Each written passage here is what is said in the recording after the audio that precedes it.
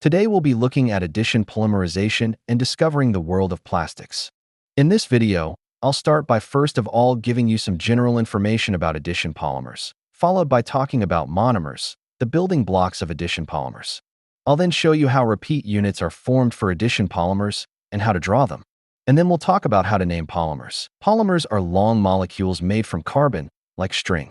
When polymers are made, they are made from a smaller molecule called monomers. Monomers are the building blocks that form polymers. You can think of polymers as being long chains of monomers joined together.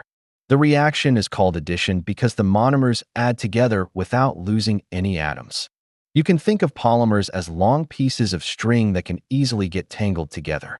Some general notes. Addition polymers are made from alkenes. The alkenes here show you the monomers that would come together to make a polymer, but in reality, there would be many more than three. When they bond together to make a polymer, the double bond of the alkene breaks, like in the addition reactions we looked at with alkenes, and they all connect together.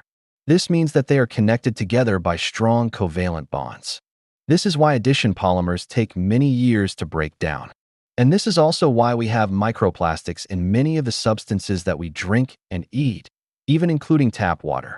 Plastics are a great source of pollution in the world and in the oceans, and we should all try to minimize our plastic use. Let's take a look at a few of these. Here we have monomers, polymers, and uses. You can get an insight here into how polymers are named from the monomer that they're made from, but we'll look at this later. Some uses we have here are plastic bags, which are made from polyethylene, pipes and window frames, which are made from polyvinyl chloride, PVC, disposable cups from polystyrene, non-stick coatings from PTFE, and a few more. Many of these plastic materials you will come into contact with on a daily basis. So plastics really are all around us. Let's look at how monomers come together to make polymers. Here we have 3 ethene monomers adding together to make polyethylene. You can see the 6 carbons have lost their double bonds and now have covalent bonds between them. I've shown a bond at each end of this molecule to show that it is extending in both directions, as polymers will usually have more than 6 carbon atoms. This is another example, an alkene with a chlorine attached. We have our 6 carbon atoms again. The double bonds break and form new covalent bonds between the carbon atoms in the section of the polymer that I'm showing you here. You can see where each chlorine atom is. Drawing repeat units. When drawing repeat units, all you have to do is draw a bracket around the part of the molecule that repeats. So all you have to do is take the alkene, remove the double bond from the alkene, have 2 bonds extending either side of the small molecule, and draw brackets around it, as I'm showing you here. I will show you some worked examples of how to draw these in a screen recording after the video. Naming addition polymers. It's quite easy to name. All you do is take the alkene monomer and put the word poly in front of it. So for example, we have ethene, which forms polythene, propene forms polypropene, and styrene forms polystyrene. So let's look at this. Number 1, identify the monomer. If you haven't already been given the name for the monomer, you may have a picture of it in the exam. For example, C2 with a double bond must be ethene. Number 2, put the word poly in front. For example, when ethene polymerizes, it will form polyethylene. This is the end of today's short mini lesson about addition polymers. The next mini lesson will be about condensation polymers. This is a different type of polymerization.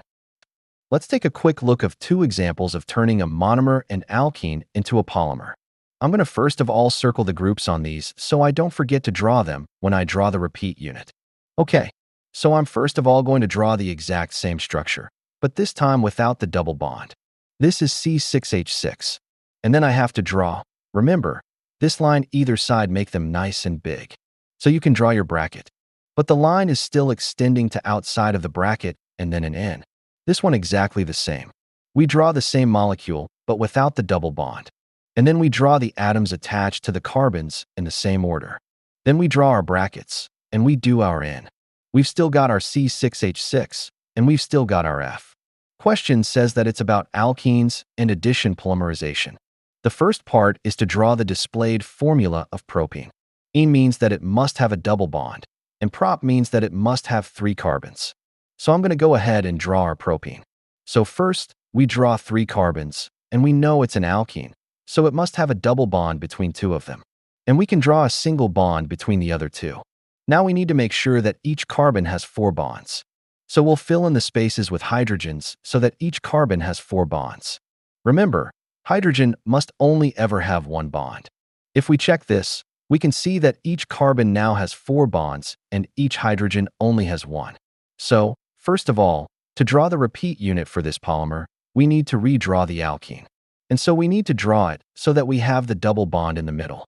And then anything else like this group must come up and down from the carbons. We don't want anything coming to the left or to the right. We have the hydrogens on the left carbon, and then we have the hydrogen coming up the way. And then instead of the CH3 group coming off to the side, I'm going to draw it down here, and I'm going to write CH3. So I've just changed it slightly to make it easier to draw the repeat unit, but it is still the same thing. Then to draw the repeat unit, all we need to do is break the double bond. Draw a line either side of each carbon.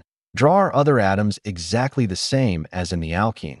Then we draw our brackets to show that it's a repeat unit of something larger, and we can put an n to show that it repeats n times. In exams, marks will be given for these lines to be extending outside of the bracket for the breaking of the double bond and for the correct order of those atoms.